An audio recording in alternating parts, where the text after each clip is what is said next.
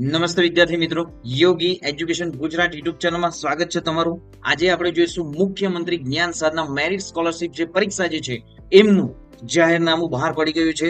તો જ્ઞાન સાધના સ્કોલરશિપ પરીક્ષામાં સૌપ્રથમ તો આપણે ફોર્મ ભરવાનો સમયગાળો, પરીક્ષાની તારીખ, અભ્યાસક્રમ, સમય, આમ જ્ઞાન સાધના માટે સંપૂર્ણ માહિતી જોઈશું. જો વિદ્યાર્થી મિત્રો, અહીં સૌપ્રથમ તો તમે જે વેબસાઇટ જે છે sebexam.org નોટ કરી લો. આ એક્ઝામ પર જ સંપૂર્ણ માહિતી જ્ઞાન સાધનાની બહાર પાડવામાં આવશે. અને હવે જોઈશું આપણે જ્ઞાન સાધના માટેની જે ગુજરાત બોર્ડ દ્વારા જાહેરનામું બહાર પડ્યું છે એમની સંપૂર્ણ માહિતી. રાજ્ય પરીક્ષા બોર્ડ, ગુજરાત રાજ્ય સેક્ટર 21 ગાંધીનગર, મુખ્યમંત્રી જ્ઞાન સાધના મેરિટ સ્કોલરશિપ પરીક્ષા 2025. આજે જાહેરનામું બહાર પડવાની તારીખ છે 24/2/2025.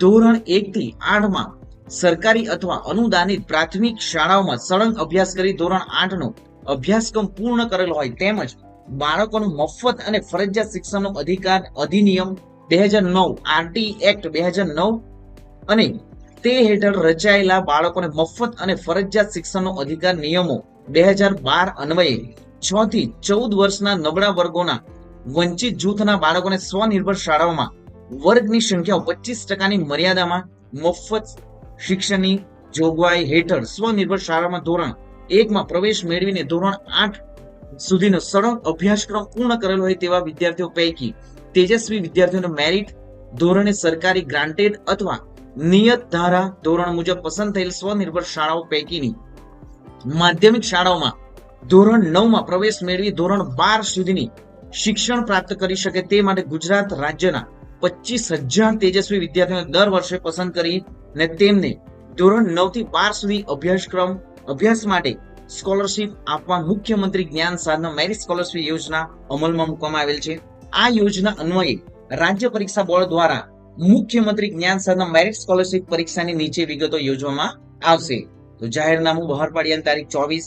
રજીસ્ટ્રેશન ફોર્મ ઓનલાઈન ભરવાનો સમયગાળો 25/2/2025 થી બપોરે 2 કલાકથી તારીખ 6/3/2025 સુધી. વિદ્યાર્થી મિત્રો, આ તારીખો પણ નોટ કરી લો. અને હવે આપણે જોઈશું આ પરીક્ષાનું ફોર્મ કોણ ભરી આપશે એ પણ જોઈશું. પરીક્ષા ફી નિઃશુલ્ક છે. પરીક્ષાની તારીખ જે છે 29/3/2025. તો વિદ્યાર્થી મિત્રો, ચેનલને હજી પણ સબસ્ક્રાઇબ નથી કરી, સૌપ્રથમ ચેનલ સબસ્ક્રાઇબ કરી દો, વિડીયોને લાઈક કરી દો. જોઈએ હવે કસોટીમાં બેસવા માટેની યોગ્યતા. તો વિદ્યાર્થી મિત્રો, ખાસ અહીં જે જ્ઞાન સાધના સ્કોલરશિપ પરીક્ષા કોણ આપી શકે અને કયા વિદ્યાર્થી મિત્રો જે પરીક્ષામાં બેસવા માટે પાત્રતા ધરાવે છે એ વિદ્યાર્થી મિત્રો માટે હવે જોઈએ નિયમો. સરકારી અથવા અનુદાનિત પ્રાથમિક શાળાઓમાં ધોરણ 1 થી 8 નો સળંગ અભ્યાસ કરી ધોરણ 8 માં અભ્યાસ કરતા હોય કે ઉત્તીર્ણ થયેલ હોય તેમાં આવકની મર્યાદા ધ્યાને લીધા વગર તમામ વિદ્યાર્થી મિત્રો, ખાસ સરકારી શાળામાં અભ્યાસ કરતા વિદ્યાર્થી મિત્રો માટે પણ ધોરણ 1 થી 8 સુધીના વિદ્યાર્થી મિત્રો જે ધોરણ 8 માં હવે ભણે છે, સૌપ્રથમ તો વિદ્યાર્થી મિત્રો ખાસ ધ્યાન રાખવું કે પ્રાઇવેટમાં જે પણ વિદ્યાર્થી ધોરણ 1 થી 7 સુધી ભણ્યું હશે એમને સ્કોલરશિપનું ફોર્મ ભરવું નહીં. એમને સ્કોલરશિપ આપવામાં આવશે નહીં. ફક્ત અને ફક્ત ધોરણ 1 થી 8 સુધીમાં જે 1 થી 7 સુધીમાં જે પણ વિદ્યાર્થી મિત્રો સરકારી સ્કૂલમાં ભણ્યા હશે એમને જ આ સ્કોલરશિપ જે પરીક્ષા જે છે આપવા માટે પાત્રતા ધરાવશે. અને જે પણ વિદ્યાર્થી મિત્રો ધોરણ 1 થી 8 સુધી જે હાલમાં 8માં પણ આરટી એક્ટ હેઠળ વિદ્યાર્થી મિત્રો ભણે છે એમને આ પરીક્ષાના ફોર્મ ભરી શકાશે. જોઈએ આગળ હવે આરટી એક્ટ 2009 ની કલમ 12(1)(c) ની જોગવાઈ હેઠળ જે તે સમય સ્વનિર્ભર શાળાઓમાં 25% મર્યાદામાં ધોરણ 1 માં પ્રવેશ મેળવેલ વિદ્યાર્થીઓ જેઓ હાલ 2025 ધોરણ 8 માં અભ્યાસ કરતા હોય કે ઉત્તીર્ણ થયેલ હોય જેઓના વાલીની આવક જ્ઞાન સાધના મેરિટ સ્કોલરશિપ પરીક્ષા વખતે આરટી એક્ટ 2009 ની કલમ હેઠળ પ્રવેશ માટે નિયત થયેલ આવક મર્યાદા કરતા વધુ ન હોય તેવા વિદ્યાર્થીઓ પરીક્ષા આપી શકશે. તો આ નિયમો ખાસ વિદ્યાર્થી મિત્રો રીડ કરી લેવા. વાલી મિત્રો પણ ખાસ જોઈએ આગળ પરીક્ષા ફી. મુખ્યમંત્રી જ્ઞાન સાધના મેરિટ સ્કોલરશિપ પરીક્ષા માટે કોઈ પણ ફી રહેશે નહીં. કસોટીનું માળખું. તો અહીં આ પરીક્ષા બહુવિકલ્પ સ્વરૂપની અને વિવિધ હેતુલક્ષી સ્વરૂપની multiple choice question MCQ base રહેશે. આ પરીક્ષાનું પ્રશ્નપત્ર જે 21 ગુણનું તથા સમય 150 મિનિટનો રહેશે. જે રીતે જ્ઞાન સાધના જે રીતે NSSS માં 3 કલાકની પરીક્ષા લેવામાં આવતી, પરંતુ જ્ઞાન સાધના સ્કોલરશિપ પરીક્ષામાં ફક્ત અને ફક્ત 2 કલાક અને 30 મિનિટનો જ સમય રહેશે. પરીક્ષાનું માધ્યમ ગુજરાતી અને અંગ્રેજી ભાષા રહેશે. પરીક્ષા નીચે મુજબની વિષય તથા ગુણભાર રહેશે. નેક્સ્ટ જોઈએ તો કસોટીના પ્રકાર. મેટ બૌદ્ધિક યોગ્યતા કસોટી પ્રશ્નો 40 રહેશે, ગુણ 40. સેટ શૈક્ષણિક યોગ્યતા કસોટી 80 ગુણ રહેશે, 80 પ્રશ્નો રહેશે અને 80 ગુણ પણ રહેશે. આમ ટોટલ 150 મિનિટ આપવામાં આવશે અને જે પ્રજ્ઞાચક્ષુ વિદ્યાર્થીઓ 30 મિનિટનો વધારાનો સમય મળવાપાત્ર થશે.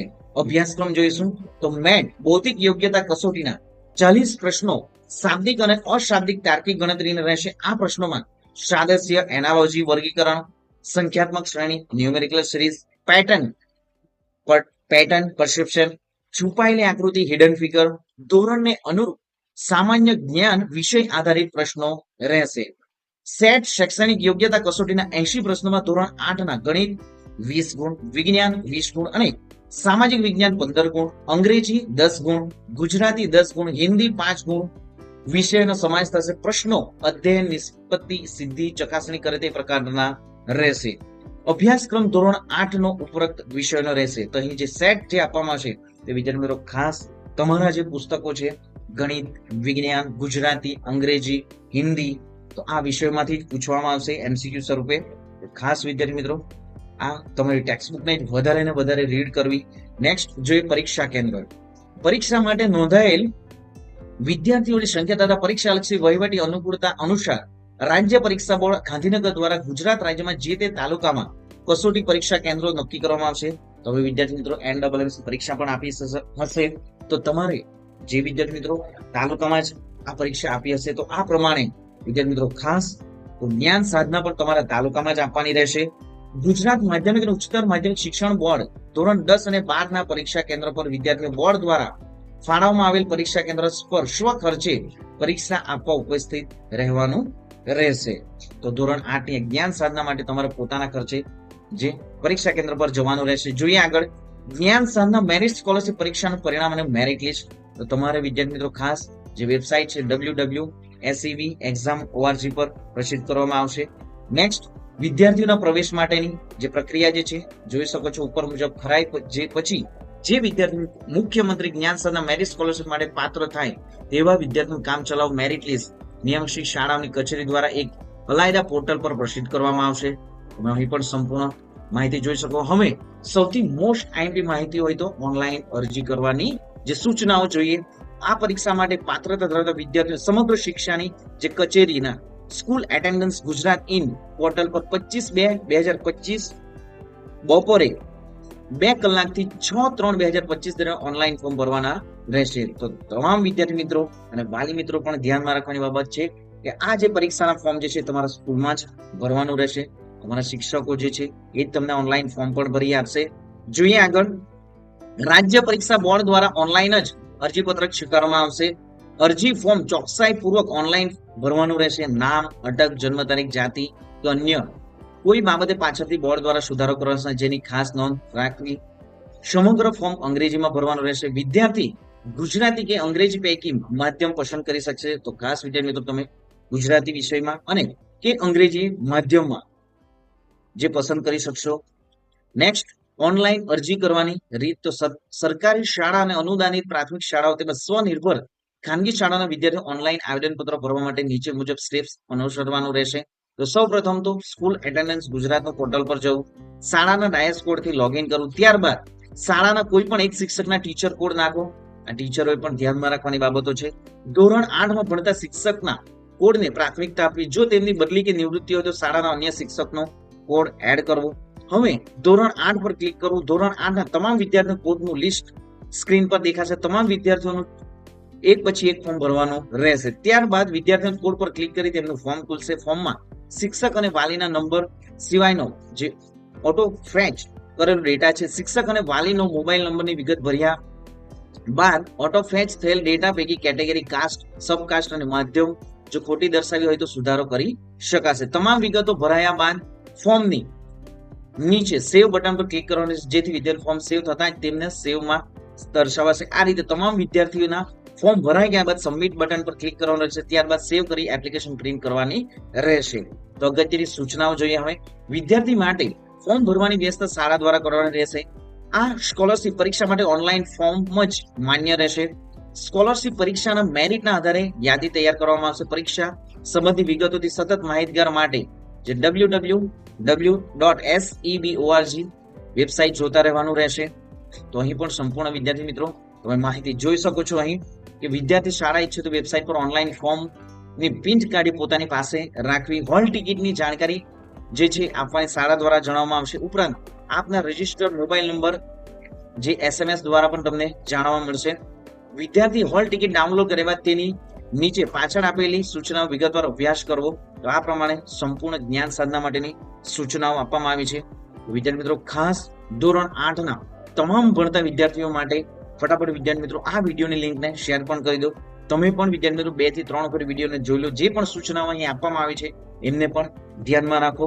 તો હવે જે પણ નેક્સ્ટ માહિતી વિદ્યાર્થી મિત્રો જોઈશું એ સંપૂર્ણ જ્ઞાન સાધના માટેની માહિતી અને સંપૂર્ણ તૈયારી આપણી યુટ્યુબ ચેનલ પર પણ કરવામાં આવશે. તો સૌપ્રથમ ચેનલ સબસ્ક્રાઇબ કરી દો, વિડીયોને લાઈક પણ કરી દો અને વિદ્યાર્થીઓના સંપૂર્ણ વિડીયો સાંભળવા માટે થેન્ક યુ. મળીશું હવે નેક્સ્ટ વિડીયોમાં નવી જ્ઞાન નવી માહિતી સાથે. જય હિન્દ વિદ્યાર્થી મિત્રો, વંદે માતરમ.